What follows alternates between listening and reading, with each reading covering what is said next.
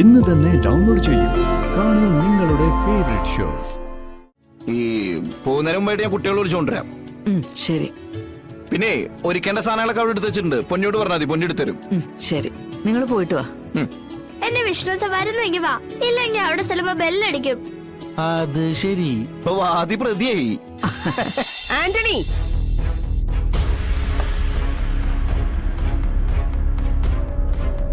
Daisy. എന്താ മച്ചി, എന്താ? എടാ ഡെയ്സി, അവള് പണി തന്നല്ലേ? എന്താടാ ആന്റണി? മോള് പള്ളക്ക് കത്തിയേറ്റിട്ട് ഇറങ്ങി പോയെന്നാ തോന്നുന്നത്.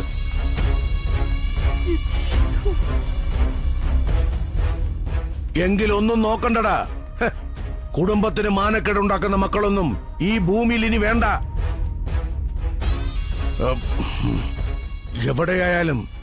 എവിടെയായാലും കണ്ടുപിടിച്ച് തീർക്കണം രണ്ടിനെയും. എന്നാലും അവൾക്ക് ഇങ്ങനെ നമ്മളോട് ചെയ്യാൻ തോന്നിയല്ലോ. നിർത്തടി. എന്തിനാടി നീ കരയുന്നേ?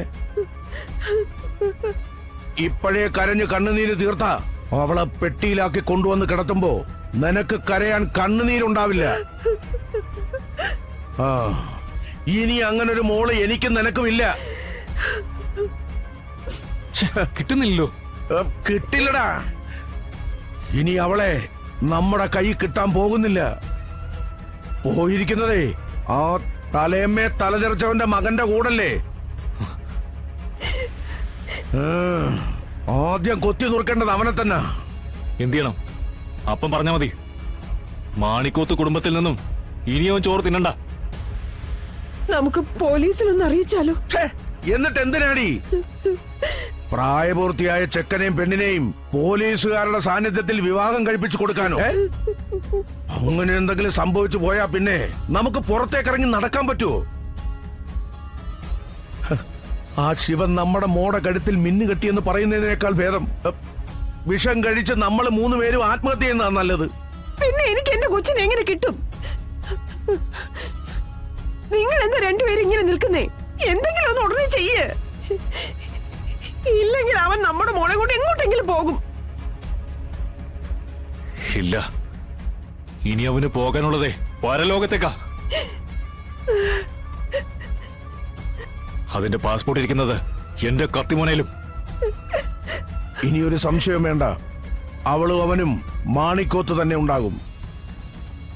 മഹേന്ദ്രന്റെ രക്തമല്ലേ അവൻ, തന്റെ ഇടത്തിന്റെ കൂമ്പ്. ഭീരുവിനെ പോലെ ഒളിച്ചോടാനൊന്നും അവൻ ഒരുമ്പിടില്ല. അപ്പോ വീട്ടിൽ പോയി വിളിച്ചിറക്കി പണി കൊടുക്കേണ്ടി വരുന്നു സാരം. എന്നാ ഇനി ഒട്ടും വൈകിക്കണ്ടടാ, അവിടേക്ക് തന്നെ പോകാം. ആ മഹേന്ദ്രന്റെ മുന്നിലിട്ട് അവന് നമ്മൾ കൊടുക്കുന്ന 8ന്റെ പണി.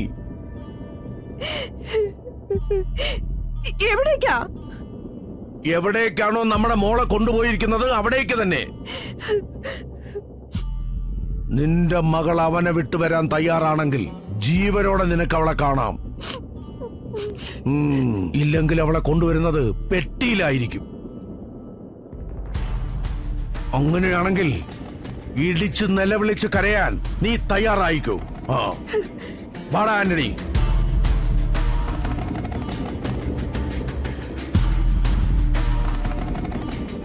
കർത്താവേ, ആപത്തൊന്നും വരുത്തല്ലേ. പപ്പേ, സത്യേ, നിങ്ങൾ രണ്ടുപേരും അവിടെ എന്തെടുക്കുക?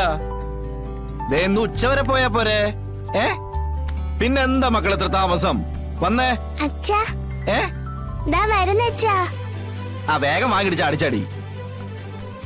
മുടി കെട്ടണ്ടേ അച്ഛാ? അല്ല, പിന്നെ ഇത്രയും നേരം അവിടെ എന്തോ ചെയ്തോണ്ടിരിക്കായിരുന്നു? അച്ഛാ, ഞങ്ങള് പെൺകുട്ടികളല്ലേ, പെട്ടെന്നൊരുങ്ങി വരാൻ അങ്ങനെ പറ്റോ? ഓ, ഒരു പെൺകുട്ടികള് വേറെ എവിടെയെങ്കിലും ഇല്ലല്ലോ ഇങ്ങനത്തെ പെൺപിള്ളേര്. അല്ല, എന്തേ മറ്റേതെവിടെ? അയാള് മുടികെട്ടാൻ തുടങ്ങണല്ലോ. പപ്പേ, ഞാനെത്തി. മുടിയൊക്കെ നേരത്തെ കെട്ടി. ഓ, ഇറങ്ങി വാങ്ങിട്ട് വേഗം സ്കൂളിൽ പോണ്ടേ?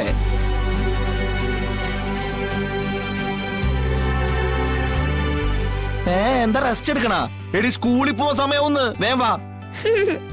എന്തായാലും ഇന്ന് ഹാഫ് ഡേ ലീവാ.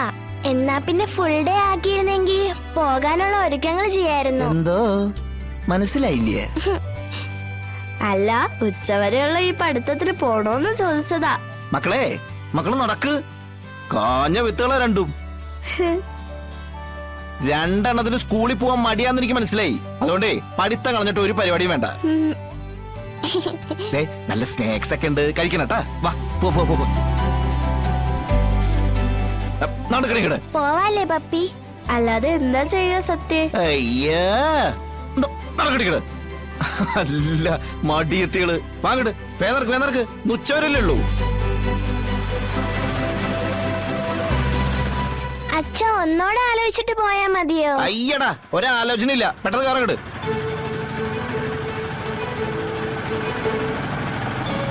ആ ശാരദാമേ. ശാരദാമ്മേ. ഹായ്, ശാരദാമ്മ.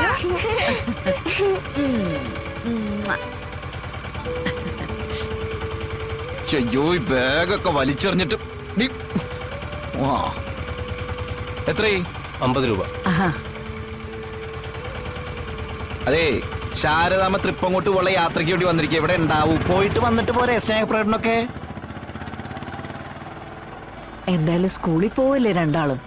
അല്പം മധുരം കഴിച്ചിട്ട് പോവാം. ഹായ്. താങ്ക് യു ശാരദാമ്മേ. Thank you ശാരദാമ്മേ.